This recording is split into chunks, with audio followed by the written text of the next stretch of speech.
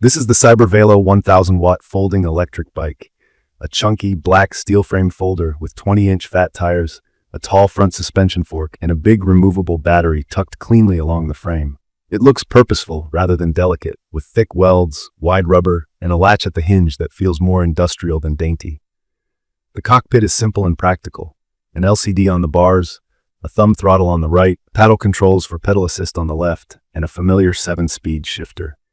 It carries the vibe of a compact trail rig that just happens to fold for storage. From my experience, assembly was straightforward but not a rush job.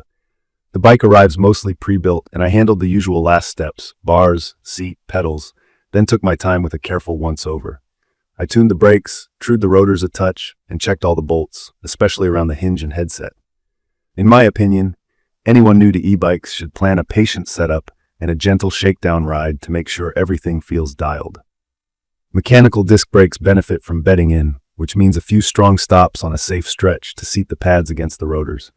It's a basic step, but it makes a big difference in how the bike stops and sounds.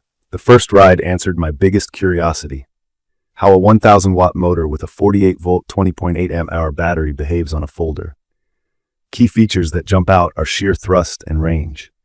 The brushless hub motor surges forward with a firm push from a standstill, and throttle-only takeoffs feel easy even on mellow hills. On steep stuff, pedal assist maintains momentum without making me mash the pedals.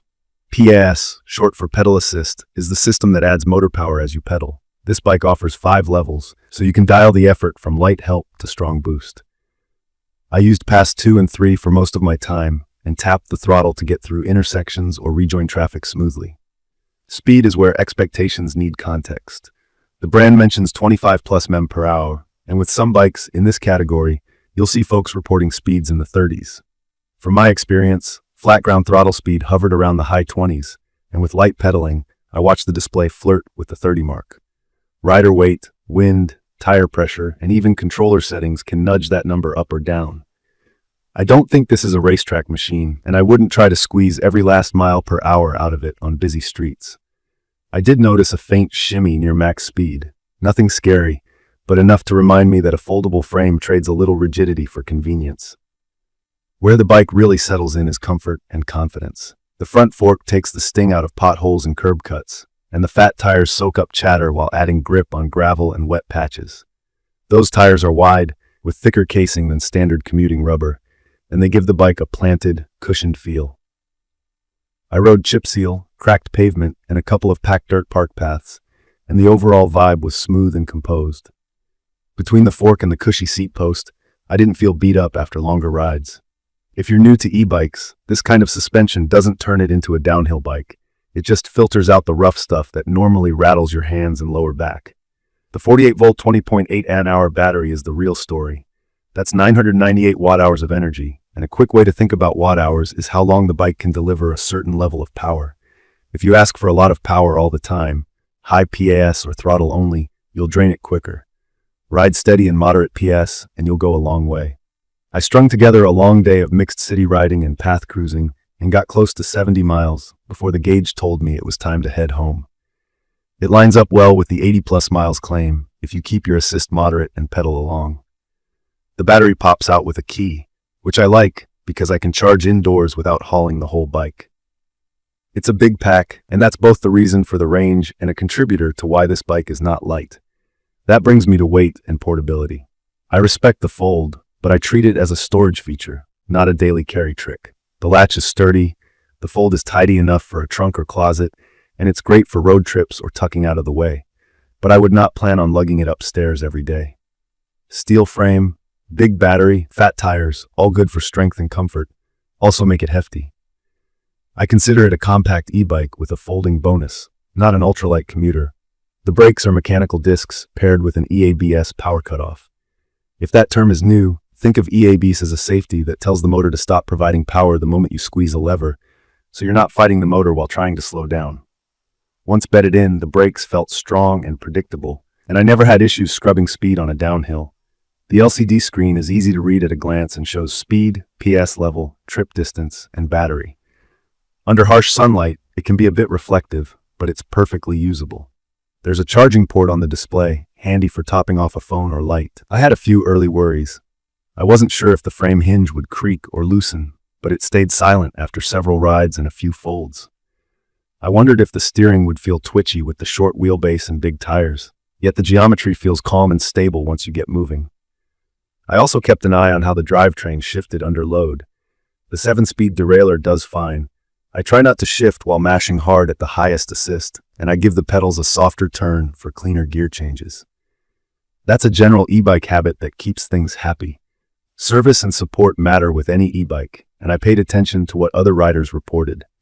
The brand says it offers 24/7 support and a 1-year warranty on the motor, battery, and controller.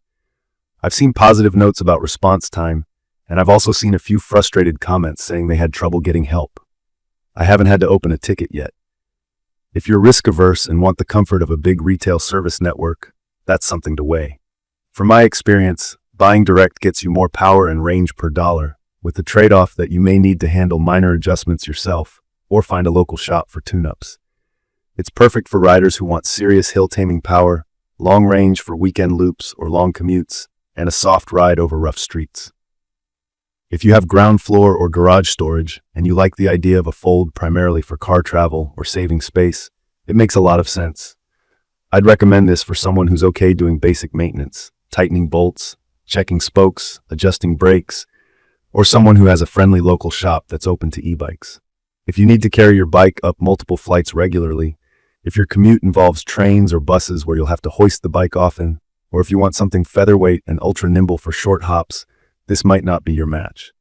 Raw power and comfort are the priority here, not minimal mass. Also, if guaranteed, premium-level post-sale support is your top concern, consider whether the brand's approach and warranty meet your expectations. Key features that shape the experience for me are the 1,000-watt motor that pulls hard from low speed, the 48-volt 20.8 amp-hour battery that actually lets me plan rides by destination instead of by range anxiety, the fat tires and suspension that keep it smooth when pavement turns ugly, and the sturdy steel frame that inspires confidence even if it adds pounds. The Fold is the convenience cherry on top, not the main course. In my opinion, the Cybervelo 1000W folding electric bike earns its place as a foldable power cruiser. It doesn't try to be a featherweight last-mile scooter replacement. It's a compact powerhouse you can store more easily than a full-size e-bike, with enough motor and battery to make hills feel short and days feel longer. From my experience, the sweet spot is past 2-3, a steady cadence in the middle gears, and a mindset that values comfort and range. Set it up right, keep an eye on your tire pressure, and it's a blast to ride. In conclusion, if your priorities are muscle, mileage, and a forgiving ride, and you're okay with a heavier foldable frame and a bit of self-reliance on maintenance, this is a strong option with a lot of capability for the price. If you've got questions I didn't cover or want me to test something specific in a follow-up video, drop a comment. If this video helped, hit subscribe so you don't miss the next review, and let me know what e-bike you want to see next. Thank you for watching.